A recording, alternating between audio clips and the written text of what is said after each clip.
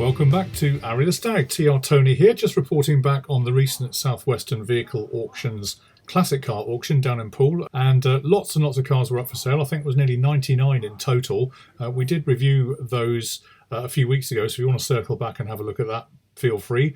Today's video, I'm just going to focus on the Triumph models that were up for grabs, and I mean, it was really well subscribed to. Lots of diverse models, anywhere from VW Beetle, as you can see, to a Rover Metro to a Mercedes, but I'm going to focus today just on the Triumph. If you want to see more details about the Triumphs and the other cars as well, then I'll put a link in the description, and you can actually see the video that the guys did of the actual auction live, which I'll put in the description. But let's go to the Triumphs now and have a quick look and see what they went for.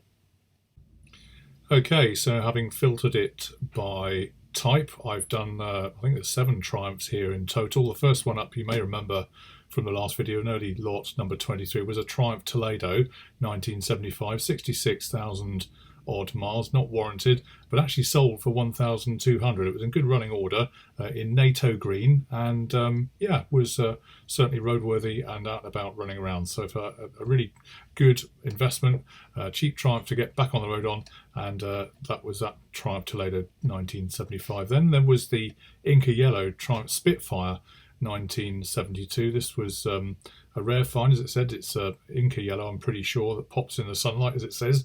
26,910, again not warranted miles, sold for 5,850, so a good price. It's holding its value quite well there. You can see just what a decent looking car, with a hard top as well as a soft top, no doubt, and popping there in the early spring sunshine, and a very, very good deal indeed.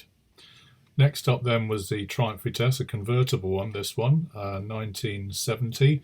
This one, a very good example, bought from eBay originally in 2022 from the vendor, actually sold for 10,100 plus a buyer's premium, so that was 84,000, again not warranted miles, but I think you can just see here what a delightful car this was, and commanded good money on an H registration number plate, perfect for summer driving with the roof down, and an iconic look all round with those almost American style wings at the back. You can see some of the American influence on the British car market at the time. Like the Mini Lights, they set the car off very well, and as I say, it's got the black convertible hood that can be dropped at a moment's notice on a lovely sunny day.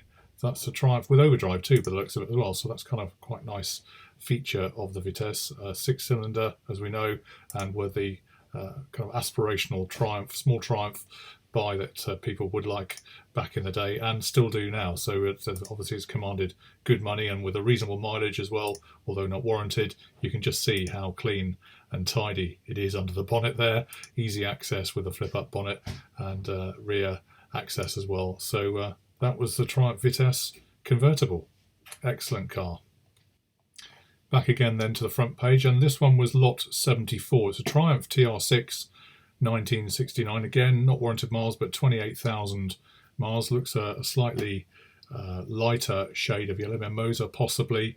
TR6 1969, didn't actually sell as we sit here today. I think there was a provisional offer. Looking on the live feed, I think it got to £6,050 against a guide price of between £7,000 and £8,000. So didn't quite reach the target vending price that the vendor was after. But I think you can see it's probably a car very worthwhile hanging out for.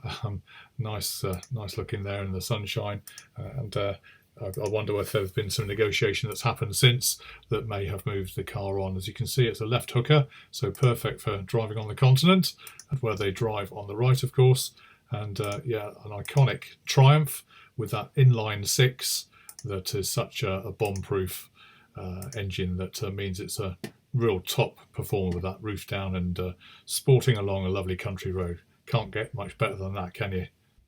And again, next car up, lot number 80, did sell. This is a Triumph TR6 1974, so a little bit younger, with 99,000 not warranted miles. Sold for 10,800 plus the buyer's premium. Have been under the same ownership for the last 20 years.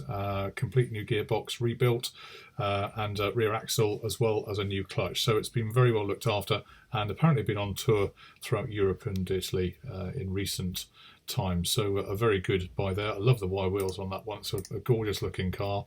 The iconic classic British sports car. Even got the Union Jack there on the side, on the wing, which looks really cool. And I love the blacked out paint of the back there. It gives it a certain iconic look, I think, of its time. And yeah, a beautiful looking car. Look at that interior, beautiful. And I can just imagine whizzing along the road in that one with a glorious throaty exhaust going on. And what is a lovely surprise is to see that this is a petrol injection engine in here, so it's going to be a pretty tasty 0 to 60, I'm sure, and a real sporty car. They were gorgeous cars, these, and with a PI engine in it as well. I think you've got a real treat there in the Triumph TR6, and went for strong money. I don't know what the guide price was, 10,800. Can't see a guide price was 8 to 10. Okay, so 8 to 10, so it's top end of that, but you can see why. It's a gorgeous, iconic looking English white Triumph TR6. Beautiful, absolutely beautiful. And then last but not least was lot number 90. It's a Triumph Spitfire, 1967, with just 20,000. Again, not warranted miles, but sold for 4,200 plus the premium, and a really nice example, as they say, of this lovely British sports car, owned by the last vendor for over 20 years. And you can just see what a gorgeous looking motor this is. I'm probably a bit too big for it, being a 6'2" chap. I'd probably be looking over the top of the windscreen there, but it's a Mark III, and these were absolutely gorgeous cars. I remember as a family, we took a student years ago, back in the 1970s, and he bought one of these for 25 quid just to run around whilst he was actually staying with us. And goodness knows what you get for one of these days. Well, you can see exactly right. It commands a good dollar, so why not? Absolutely like. And there you go. So that's the Triumph Spitfire 1967, and had a body off restoration prior to being dry stored. So it's a good looking car, and I think some fantastic value there to get on the road in a beautiful Triumph Spitfire 1967. Happy days. Okay guys, so if you like this video, please watch my next video where you can see us actually going out and about for a lovely summer's drive in a Triumph Stag. Have a great week everybody. Please feel free to like, share and subscribe, and we'll see you online on Arry The Staaagg very soon. Cheers for now guys. Bye.